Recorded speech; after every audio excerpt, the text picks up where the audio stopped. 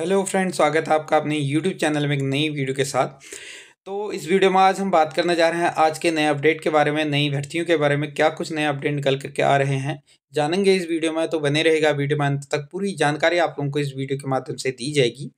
अगर बात करें बेसिक शिक्षक भर्ती के बारे में, तो इसमें जो नियुक्त जो अध्यापक हैं वो इसमें त्याग पत्र दे रहे हैं। जो नए अभ्यर्थी हैं, पहाड़ उनको रास नहीं आ रहा है, तो उनके द्वारा इसमें त्याग पत्र दिया जा रहा है। तो बात करेंगे इस बारे में।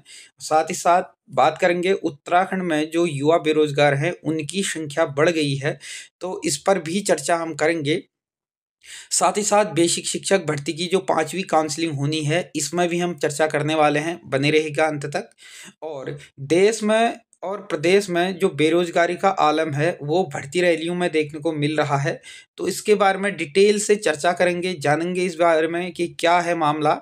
और साथ ही साथ अगर बात करें भर्ती रैली की, तो एक पद पर 300 युवा यहाँ पर दौड़ रहे हैं। तो और साथ ही साथ बात करेंगे आउटसोर्स कर्मचारियों की जो सेवाएं हैं, लगभग 240 के आसपास आउटसोर्स कर्मी हैं जिनकी सेवाएं दिसंबर 31 को समाप्त हो जाएगी। तो इसके बारे में भी डिटेल से चर्चा करेंगे। जो आउटसोर्स कर्मियों की भर्ती है इसके बारे में भी बताएंगे। साथ ही साथ शिक्षा विभाग में जो नई भर्तियां निकल करके आ रही हैं उस पर भी चर्चा करेंगे। तो बने रहेगा वीडियो में अंत तक, पूरी जानकारी आप लोगों को दी जाएगी। और क्या हालात हैं बेरोजगारी के देश में, प्रदेश में, इस पर भी डिटेल से हम चर्चा करने वाले हैं। तो चैनल पे नए हैं या अभी तक आप लोगों ने हमारे चैनल को सब्सक्राइब नहीं किया है, तो चैनल को सब्सक्राइब और बेल आइकन जरूर प्रेस कीजिएगा, ताकि इसी प्रकार की नई वीडियो, नए नोटिफिकेशन आप लोगों तक आसानी से पहुंच सके। तो बने रहेगा वीडियो में अंत तक, पूरी जानकारी आप लोगों को इस वीडियो के माध्यम से देने वाले हैं। जैसा कि आज का न्यूज़पेपर आप लोगों ने पढ़ ही लिया होगा, नहीं पढ़ा है तो टेलीग्राम चैनल पे रोज के न्यूज़पेपर देखने को मिल जाते हैं। लिंक इसी वीडियो के नीचे डिस्क्रिप्शन पे आप लोगों को देखने को मिल जाएगा। तो जैसा कि इसमें आप लोग देख पा रहे हैं, नवनियुक्त शिक्षकों की पर्वतीय जिलों में नहीं दिलचस्पी, छोड़ रहे हैं नौकरियां। तो इसमें अगर बात करें, निदेशालय ने सभी जिलों से मांगी है सूची। अब तक 2 जिलों से 14 शिक्षकों ने इसमें दे दिया है इस्तीफा, यानी कि 14 शिक्षकों का इस्तीफा हो चुका है। तो जो नवनियुक्त जो शिक्षक हैं उनकी दिलचस्पी यहाँ पर नहीं दिख पा रही है। जैसा कि आप लोग देख पा रहे हैं, कौंधा झंगोरा खाएंगे उत्तराखंड बनाएंगे नारा 1990 के दशक में उत्तराखंड की स्थापना के लिए जो आंदोलन के दौरान प्रचलित था।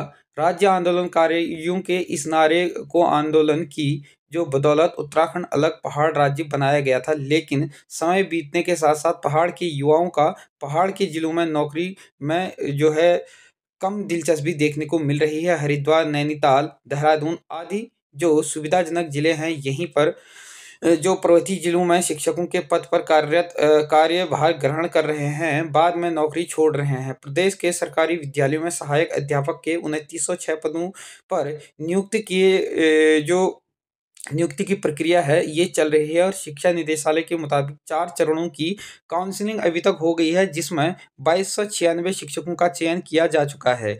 इसमें से अधिकतर जो नियुक्ति पत्र हैं वो दिए जा चुके हैं, जबकि अन्य पदों के लिए 5वीं चरण की जो काउंसलिंग है वो भी होनी है।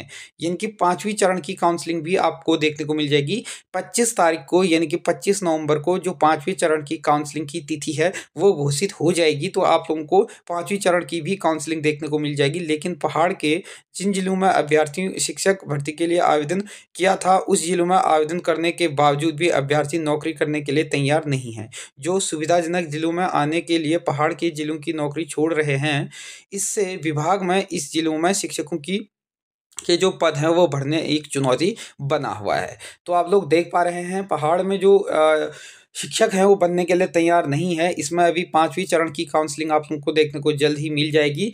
अभी तक अगर बात करें 2296 जो पद हैं, यहाँ पर इतनी काउंसलिंग हो गई है। और इसमें अधिकतर लोगों को, लगभग 2000 प्लस लोगों को इसमें नियुक्ति पत्र भी दिए जा चुके हैं।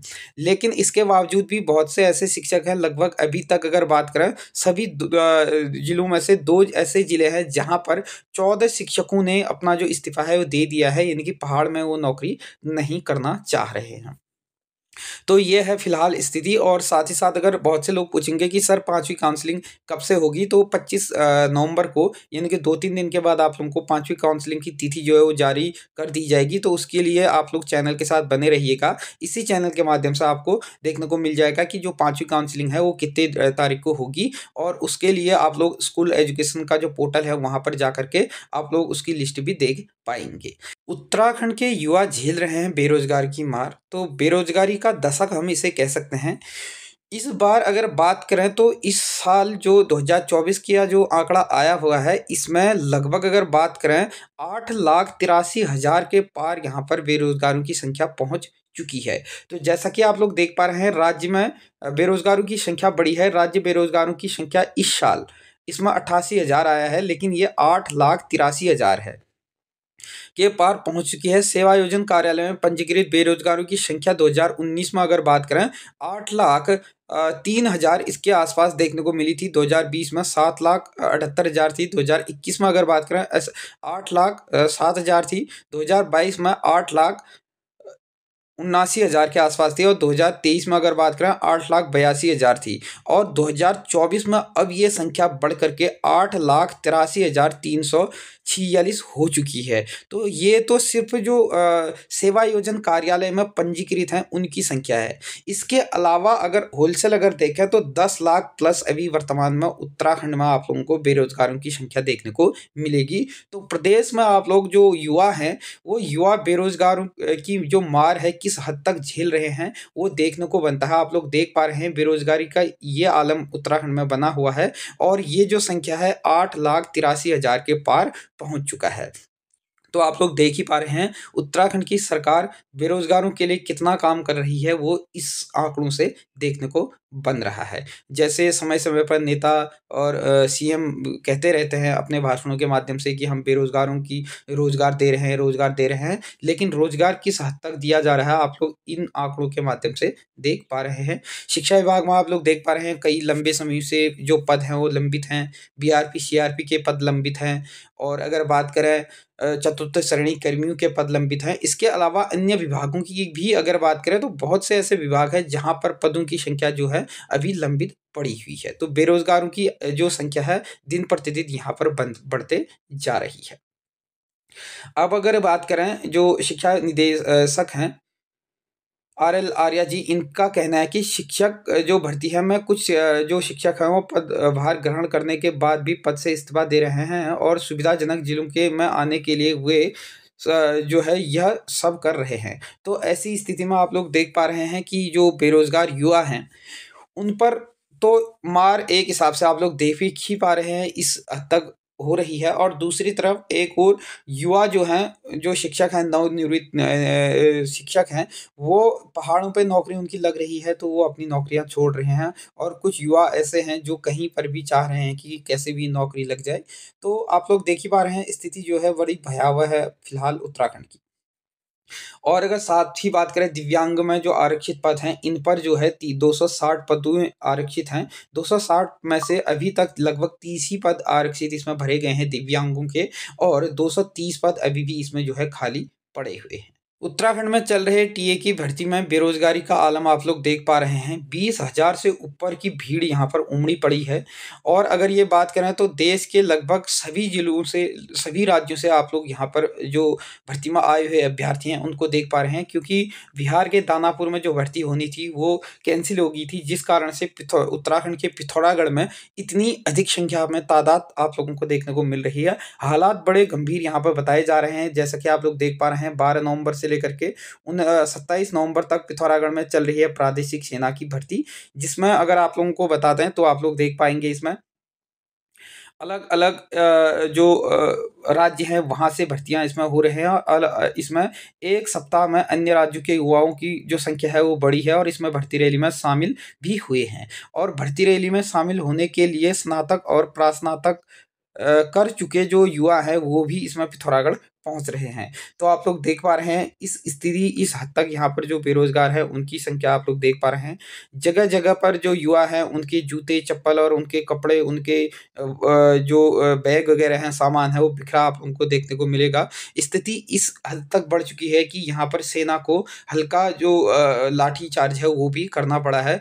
भीड़ के कारण यहाँ पे सेना का गेट भी टूटा है और जो आप लोग देख रहे हैं यहाँ पे जो स्थिति है वो बड़ी भयावह है हो रही है।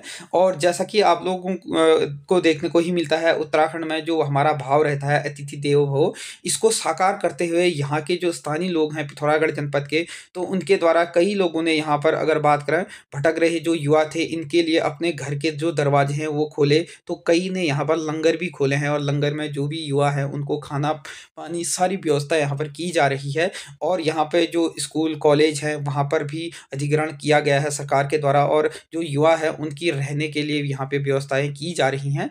तो आप लोग देख ही रहे हैं यहाँ पर जो सरकार है, सरकार की इसमें नाकामी हम कह सकते हैं, क्योंकि इसमें पूर्व से सरकार के द्वारा जो दिशा निर्देश देने थे, जो गाइडलाइन देने थे, जो पूरी व्यवस्था थी वो नहीं की थी। अचानक जो बिहार के दानापुर में भर्ती होनी थी वो भी भर्ती यहाँ पर स्थगित हो जाने से यहाँ पर जो पिथौरागढ़ के उत्तराखंड में इसकी जो संख्या थी वो बढ़ गई थी।